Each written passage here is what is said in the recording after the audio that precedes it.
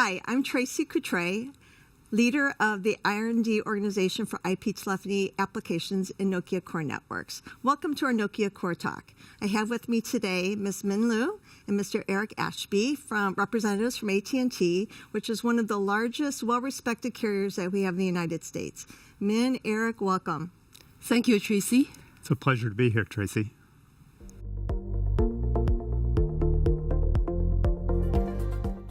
So, Min, we've had the pleasure of working with AT&T for a long, long time on voice services. And it's been a long journey, going all the way from TDM switching to cloud journey now. And it's always continually impressed me that AT&T, with its long history in telecommunications, has really been able to reinvent itself and make itself very relevant to its subscribers. Can you talk a little bit more about how AT&T actually does that? Sure, Tracy. At AT&T, our mission is centered around connecting people to great possibilities through the power of communication. As our CEO, John Stankey, stated, connectivity is at our core. Over the past century, AT&T has led the industry through numerous transformations, including the shift from analog to digital, from circuit switch to IP packet switch, and wireline to wireless. And we have experienced 5 generations of wireless technologies.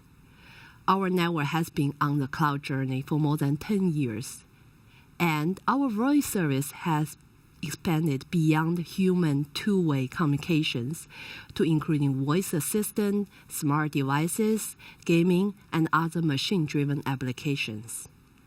Throughout these transformations, we always start with a clear strategy in mind. We are committed to embrace new technologies and trends. This allows us to stay ahead of the curve and offer cutting-edge services to our customers. We have a long history of forming strategic relationships with vendors, other telco providers, and in the past 10 years, web scalers. This collaboration allows us to offer reliable, high-quality products and services and also tap into new markets. Finally, we pay close attention to what our subscriber wants and needs. By listening to customer feedback and analyzing market trends, we can tailor their services to meet the evolving demands. AT&T has been doing this for many years, and will continue to do so in the future.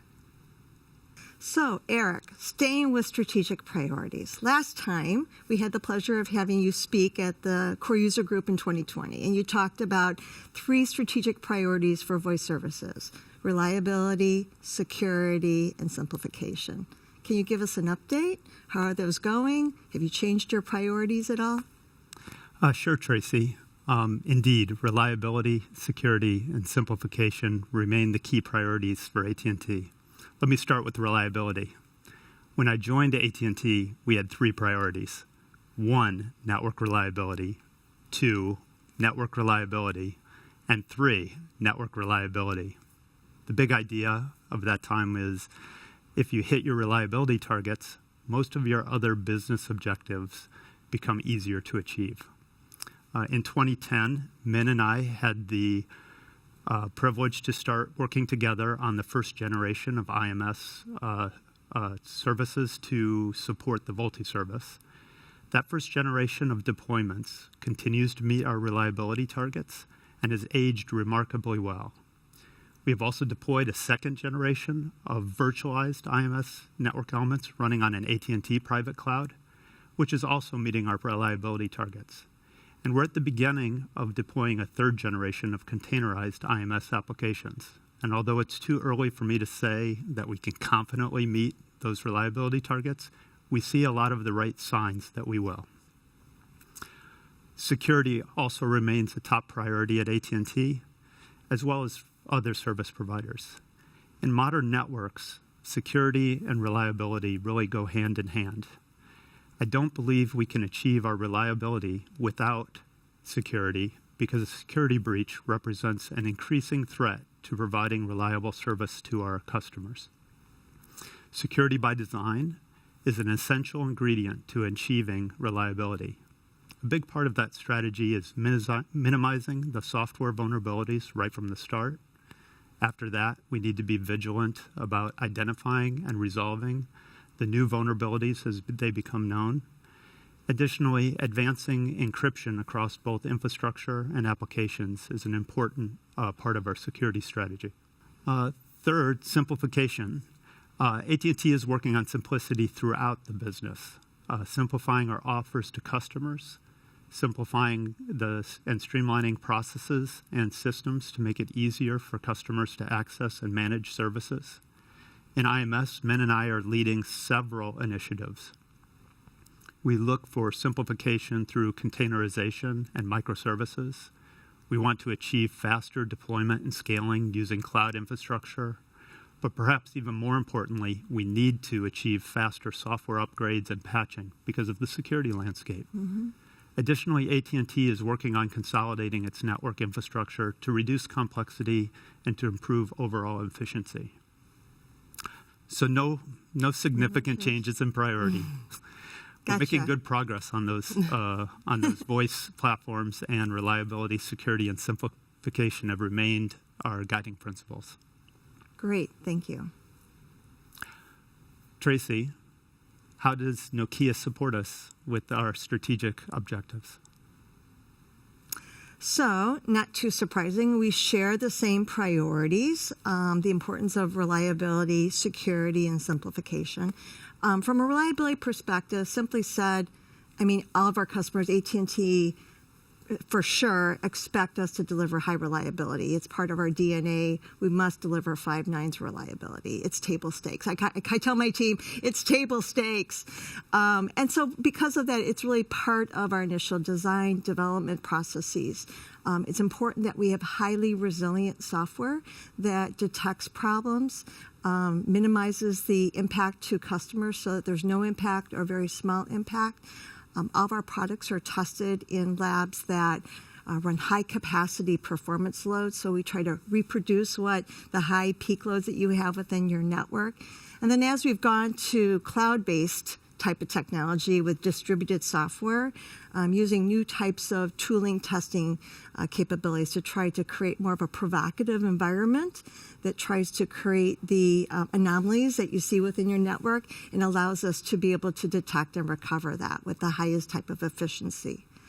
So that's reliability. Now in security, totally agree with you. They go hand in hand with reliability. Customers expect that they have a high secure network that's going to protect them from a service perspective. So we integrate that in the design. We design for security. It's also part of our software delivery processes where all software is scanned.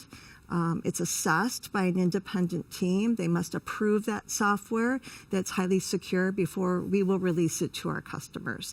Now, if a software release is actually deployed and some sort of vulnerability is discovered, there are strict processes that we follow to ensure fast assessment, delivery of workarounds or fast patches to our customers to make sure that we're protecting your network from any kind of threats, security threats. And we also have within our portfolio products like NetGuard, and that provides additional kinds of protections within your network that allows you to detect potential external security threats and ensure that they do not impact your network operations.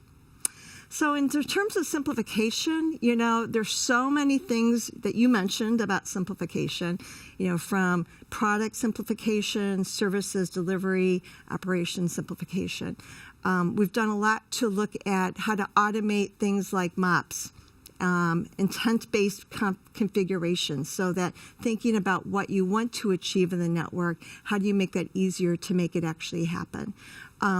One thing that's near and dear from a voice core perspective to me is as we're moving from our traditional kind of IMS architectures to cloud-based architectures, we see an opportunity to actually simplify the IMS voice core. And so we've taken the opportunity of building a single CNF voice core product that pulls all the feature functionality that you would expect 3GPP compliant, all the feature richness that you've had within your network, but really make it easier for you to deploy within the network. And getting back to operation simplicity, how do you do lifecycle management easier?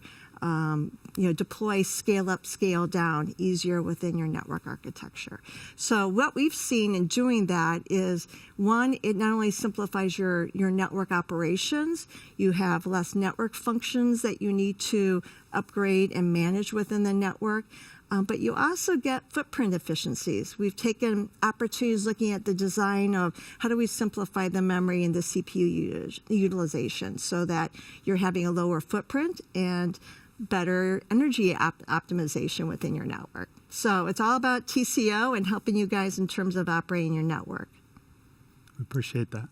Thank you. Good. That's good.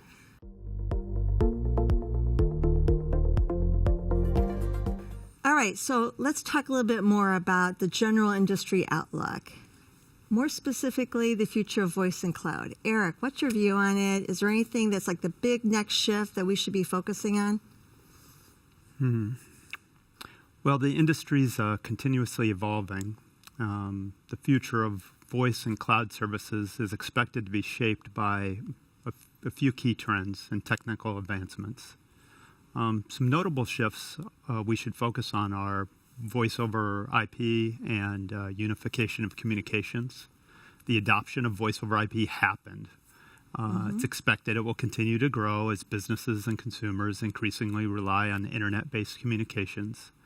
This shift allows for seamless integration of voice, video, messaging, and other communication services, which is providing a much richer experience when I compare it to traditional telephony. 5G and edge computing, the rollout of 5G networks will significantly impact the future of voice and cloud services. With ultra-low latency and high bandwidth capabilities, 5G will enable new use cases, applications such as real-time voice translation, immersive augmented reality and virtual reality experiences, and really further IoT integration. Additionally, edge computing will play a critical role in reducing latency and improving performance of cloud-based services and by processing data closer to the end users.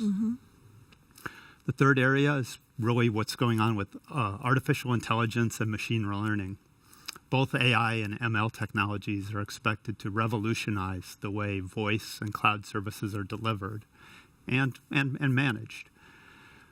Includes the development of advanced voice assistants, natural language processing, probably the automation of network management and optimization tasks will follow. And the final area, I think, is really security and privacy. As voice and cloud services become more prevalent, ensuring security and privacy of user data will be of paramount importance. Service providers will need to invest in advanced encryption, authentication, monitoring solutions, to protect against cyber threats and to comply with data protection regulations. To stay competitive, service providers should really focus on embracing all of these innovations and delivering seamless, secure, efficient solutions to their customers. I think we could agree on all those points. So, Min, how about talk a little bit about what are the opportunities that we have in terms of monetization in the voice services, and maybe a little bit about the ecosystem and how you see web scalers being a part of it? Okay, let me start with the ecosystem first. There are different deployment models for voice services. As the circuit switch voice network disappears, the blurring of voice services and other communication services is expected to become more even prevalent. Future voice application will have a different level of integration with underlying data connectivities and different level of interworking with a public voice network. The future voice ecosystem will bring together the world of telecom and the world of internet, as known as web scalers, creating a truly interoperable communication system. As we mentioned earlier, as Eric said, you will see more extension of voice such as video, AR, VR, messaging, unified communications. These are the opportunities for monetization. Let me just give you an example. While the unified communication capabilities can be offered as part of a single solution, even more compelling is disaggregating these capabilities so that they can be provided as a separate components through APIs. Then those APIs would be exposed through, for example, network as a code framework, where useful network-related capabilities such as data connectivity, voice messaging capabilities, network analytics, and other network data are abstracted and simplified for consumption in application developer ecosystem. As such, instead of bundling everything together, this feature will be offered as a separate building blocks, enable any third-party applications to integrate network awareness and control directly into the application code, and with that, create altogether new type of applications, experiences, and business opportunities. In addition, with the latest standard development on the IMS Data Channel, it allows the user to access multiple applications without needing to subscribe or download them beforehand.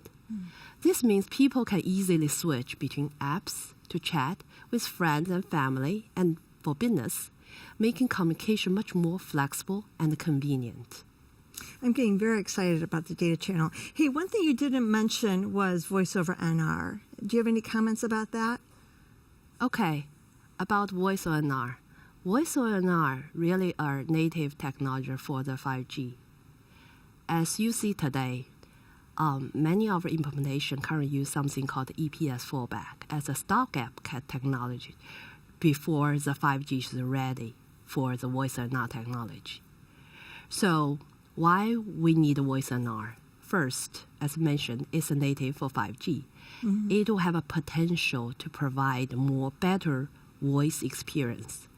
It introduces things like new codec to help things like immersive voice. Second, it will have a lower call setup time, so it helps people to have a better experience. Have better experience. Yeah. Yeah. Last is save cost, because EPS fallback mechanism really costs a lot for both the legacy network and the new 5G network. And it uses all the old spectrum too, right? So you're able to combine the spectrum, using the spectrum efficiently. Okay, great. Thank you. Yeah. So how about Nokia? Tracy? All right. So you guys have brought up lots of good things. I don't want to be redundant. Voice, IMS, cloud. Obviously, we're working with everybody on how to move IMS into cloud-native environments. And we see significant benefits in that kind of arena in terms of better scalability, better efficiency in your network, faster time to market, and lower cost operations, which is obviously a key area. So we're, I think, at the beginning of the cloud journey. We focused on making sure we have a high reliable solution that will help our customers easily make this migration so that it happens in a seamless way for your end users, your customers. I mentioned CNCS before, and that's one of our solutions to enable that. Certainly the next step is what you were talking about, is how do we leverage that? How do we bring more intelligence, more AI, ML to the process? And our vision and what we're investing in is how do we make the IMS network more self-learning, self-adaptive? How does it use data to self-detect, self-heal, self-configure, auto-scale up, scale down based on traffic models and traffic capacities? And that again goes back to optimizing your network, optimizing energy utilization, and really getting your cost of operations down. So that's a key area that we're investing in. The other area, you mentioned it with the voice over NR. We really do believe that there's a lot more that's going to be seen as value add to our customers in terms of voice quality with voice over NR, immersive voice capabilities, and the data channel capabilities that will give your end users that more fuller experience with a voice interaction to be able to bring in rich applications and to have that type of interaction end to end. So I always tell people, never a dull moment in telecom, lots of fun ahead. Thank you.